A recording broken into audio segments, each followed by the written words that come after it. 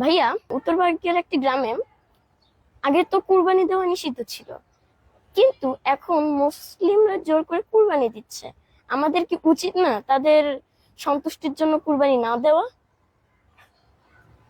আচ্ছা, তুমি বোঝাতে চাচ্ছ যে আমরা যাতে কুরবানি না দেই। ইতিহাস কি এটা বলে? আদেও কি তারা কখনো সন্তুষ্ট হয়েছিল?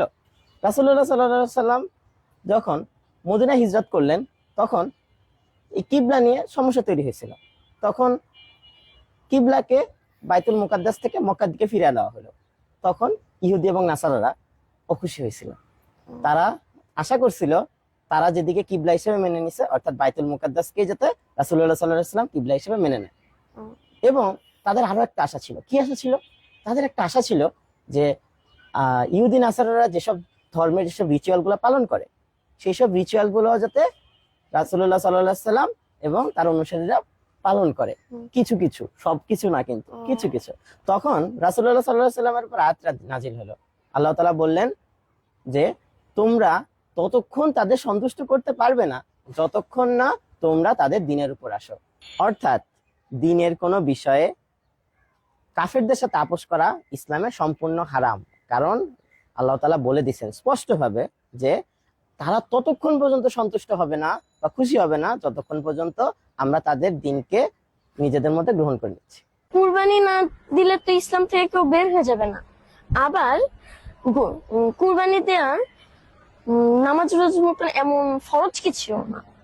ঠিক বলছো, কুরবানি দেওয়া ফরজ কিছু না। তবে এখানে একটা সূক্ষ্ম ব্যাপার আছে। আল্লাহ রাব্বুল আলামিন আমাদের জন্য যে সকল বস্তুগুলো হালাল করেছেন, সেই সকল বস্তু যদি কেউ অন্যের সন্তুষ্টির জন্য বা অন্যকে খুশি করার জন্য বা এই যে পরমত সহিষ্ণুতার নামে যদি কেউ ছেড়ে দেয়, তবে সে মারাত্মক একটা গুনাহ করতেছে।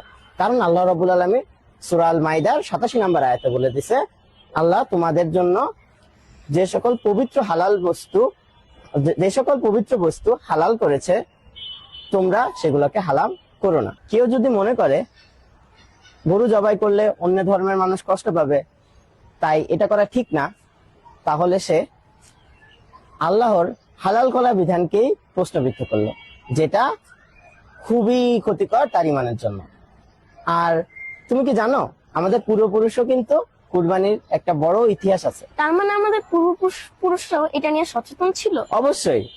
ভারতীয় উপমহাদেশে একটি বিস্তার এবং রক্তক্ষয়ী ইতিহাস আছে।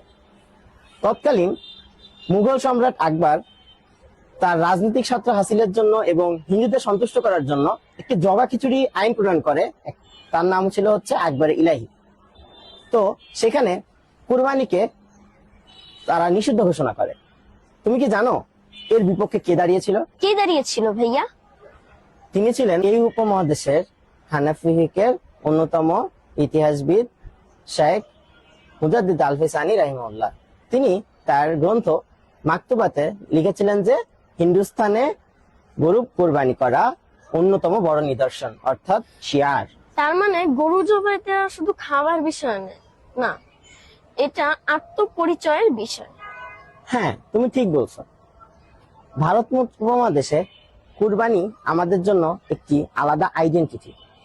যখন ইসলাম প্রচারের উদ্দেশ্যে বাবা আদম শহীদ রাহিমাহুল্লাহ এখানে আসলেন এবং কুরবানির উদ্দেশ্যে গরু জবাই দিলেন, তখন বল্লাল সেন সেই সময়কার রাজা ক্ষিপ্ত হয়ে তাকে নৃশংসভাবে হত্যা করে। তাকে শহীদ করার ঘটনার রেশ ধরেই এই ভূমিতে মুসলিমদের বিজয় আসে।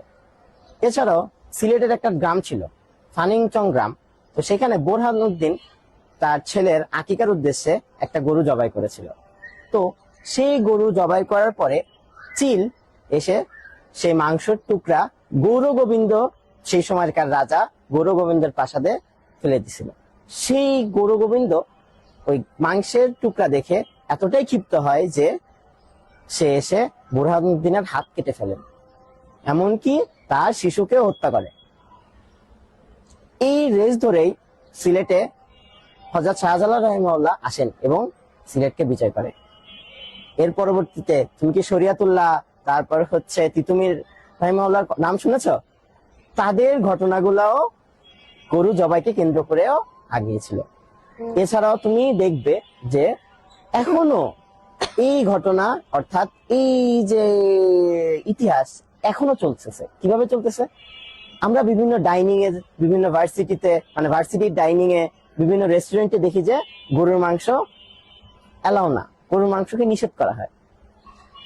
তখন তারা কি করে? এখনকার শিক্ষার্থীরা তখন আন্দোলন করে, তখন এই সব সম্পর্কে প্রতিবাদ করে। এমনকি তুমি যে উদাহরণটা দিলে, যে গ্রামে অনেক বছর ধরে কুরবানি করা হচ্ছে না, কিন্তু এটা আমাদের আইডেন্টিটির অংশ। প্রাচীন বুঝছো, গরু জবাই করা এটা মুসলিমদের আত্মপরিচয়ের এক ঐতিহাসিক শিখরের লড়াই। এটা আমাদের মুসলিমদের এই উপমহাদেশের অন্যতম বড় একটি আইডেন্টিটি। আচ্ছা ভাইয়া, ইসলাম কি আমাদেরকে এত উগ্র হতে বলে? পশ্চিমা কায়দায় এসব ট্যাগিং, পশ্চিমাদের নিয়ম কানুন না মানলেই জঙ্গি, তারপরে হচ্ছে উগ্র, হাসাইলা। আসলে তুমি যদি ইতিহাস দেখো, 700 বছরের ইতিহাসে মুসলিমরা যখন শাসন করেছে তখন কখনো সেরকম কোনো সংঘাত হয়নি। ইসলাম হিন্দুদের সাথে, বৌদ্ধদের সাথে, খ্রিস্টানদের সাথে, বাঙালিদের সাথে, অবাঙালিদের সাথে, পাহাড়িদের সাথে যেভাবে ডিল করেছে, অন্য কোনো ইতিহাস কিন্তু এটা নদী দেখাতে পারবে না।